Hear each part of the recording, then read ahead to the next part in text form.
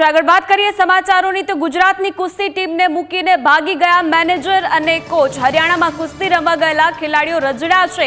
સુમસામ હોસ્ટેલમાં મૂકીને આ મેનેજર અને કોચ જતા રહ્યા છે. અડધી રાતે 6 ખેલાડીઓને હોસ્ટેલમાં મૂકીને ફરાર થઈ ગયા છે. મેનેજર અને કોચનો ફોન પણ બંધ હોવાથી ખેલાડીઓને પરેશાની ભોગવવાનો વારો આવ્યો છે. ગુજરાતની કુસ્તી ટીમ સાથે આ તે કેવો ભેદભાવ થઈ રહ્યો છે તે પણ એક સવાલ અહીં ઊભો થઈ રહ્યો છે.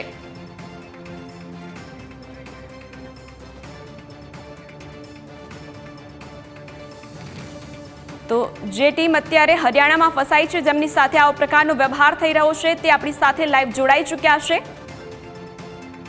સૌપ્રથમ હું આપને પૂછવા માંગીશ કે કેવા પ્રકારની પરેશાની થઈ રહી છે, જે પ્રકારે આપની સાથે આવો વ્યવહાર થયો છે, હાલ શું સ્થિતિ છે આપની?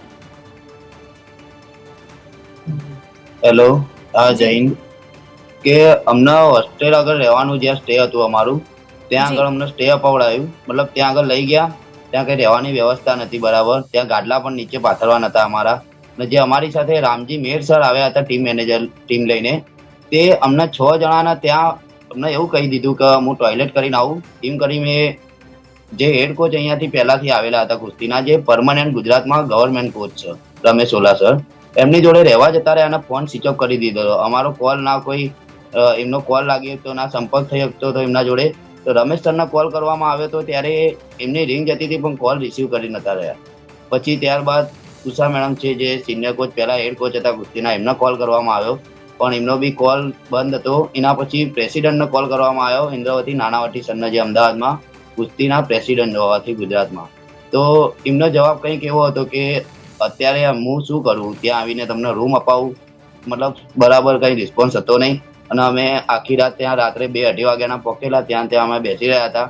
અમને એવું પણ કહેવામાં નહોતું આવ્યું કે અહીંયા તમારું રૂમનું આ રીતનું વ્યવસ્થા છે નથી, તો અમે અમારી રીતે પણ ક્યાંક જઈને રૂમ સેટ કરી દો. સવાર સુધી એમના ફોન સ્વિચ ઓફ હતા. 8 વાગ્યા સુધી કોઈનો કોઈ કોન્ટેક્ટ નહોતો. પછી 8 વાગ્યા પછી સર લોકો આવ્યા અને અમને એવું જણાવ્યું, તે લોકો નહીં ધોઈને તૈયાર થઈને આવ્યા. અમે કીધું સર કોઈ કોન્ટેક્ટ નહીં. તો એમને હિન્દીમાં એવું કહેવામાં આવ્યું કે કોઈ રૂમ જ નહોતા, તો તમને શું જવાબ આપીએ. તો એમના જોડે રૂમ નહોતા અમારા જોડે રહેવા, તો એ ક્યાં જઈને સુઈ ગયા હતા. અમારે કંઈ ગયા ના થયું તો અમારું શું હતું. અમારા બધામાં રેસલિંગની ટીમ 6 જણાની 10 જણાની ટીમ હોય, એમાંથી એકેડમી વાળા બીજા ખેલાડી એકેડમીના છે. તો એમને તો ત્યાંથી ઉતર્યા એવા બારોબાર એમને હોટલ અપાઈ દીધી હતી અને હોટલમાં સ્ટે કરાવી દીધો, સારી રીતે રેસ્ટ કરાવીને. હવે અમે જે ઘેરથી જે ખેલાડીઓ રમી રહ્યા છે, જે એકેડમીમાં નહીં, અને જે સારું પરફોર્મન્સ દર વર્ષે હોવાથી જે બધા ખેલાડીઓ આવે, એમનો ખેલ મહાકુંભ હમણાં થઈ, એમના બધાનો મેડલ હતો, ગોલ્ડ મેડલ હતો બધાનો, ગોલ્ડ સિલ્વર આજુબાજુ. પછી જે હમણાં અંડર-20 થઈ, એમાં પણ ફર્સ્ટ આવ્યો તો ને બધા નેશનલ રમવા આવ્યા છે.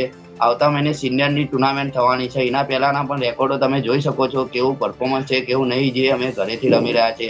પણ આ રીતનું બધું હોય છે. ગઈ ફેર સિનિયરની ટુર્નામેન્ટમાં પણ આ રીતનું થયું હતું. તો છેલ્લે અત્યારે અમે 9 વાગે ત્યાંથી નીકળ્યા અને અત્યારે અમે અમારા પોતાના ખર્ચે રૂમ રાખ્યો છે અને ત્યાં આગળ રૂમ લઈને રહ્યા છીએ. અને સતત બધાને ઓછામાં ઓછું 3 થી 4 કિલો વેટ લોસ કરવાનું છે. જ્યાં સુધી અમને સારી રીતે સુવા નહીં મળે, તો રિકવરી નહીં થાય, તો અમે ક્યાંથી વેટ તો લોસ કરીશું.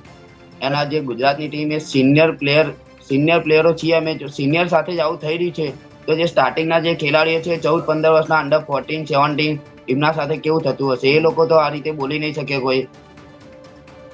જો આપણે પૂછવા માંગીશ કે કેટલા દિવસની ટુર્નામેન્ટ છે ને, અને તમે લોકો કેટલા દિવસ ત્યાં રોકાવાના છો? અમારી જે ફ્રી સ્ટાઇલની ટીમ છે 10 જણાની, એમની 16 તારીખનું ત્યાં રિપોર્ટિંગ છે અને 17 તારીખે અમારી ટુર્નામેન્ટ છે. અમારું વેટ સવારે વેટ છે અને 2 કલાક પછી ટુર્નામેન્ટ સ્ટાર્ટ થઈ જાય છે. અને 16 તારીખે અમારું રિપોર્ટિંગ અને 17 તારીખે સવારે 6 થી 8 યા 7 થી 9 અમારું વેટ હોય. વેટ કેટેગરી થયા પછી 10, 10:30, 11 વાગે અમારી ટુર્નામેન્ટ ચાલુ થઈ જાય. એ દિવસે અમારી ટુર્નામેન્ટ સમાપ્ત પણ થઈ જાય સાંજ સુધી, અને રાતની અમારી રિટર્નની ટિકિટ પણ થઈ ગયેલી. કાલ રાતથી તમે લોકો એકલા છો, તો કોઈ સાથે સંપર્ક થયો છે આપનો હજુ સુધી? નહીં, રાત્રે અમારો નહીં મેમ. 1:30 વાગે અમે અહીંયા પહોંચી ગયા હતા. તો 1:30 વાગ્યા પછી રામજી સર કરીને છે, જે રમેશ સરના કહેવા હિસાબથી હોસ્ટેલમાં જતા રહ્યા, અને એમના કહેવા હિસાબથી અમે સવારે એમને પૂછ્યું કે તમે કેમ સ્વિચ ઓફ ફોન કર્યો. તો અમને એવી જાણકારી એમને કીધી કે અમને રમેશ સર છે હેડ કોચ ગુજરાત ગવર્મેન્ટના, એમને કીધું કે ફોન તમે સ્વિચ ઓફ કરી દો.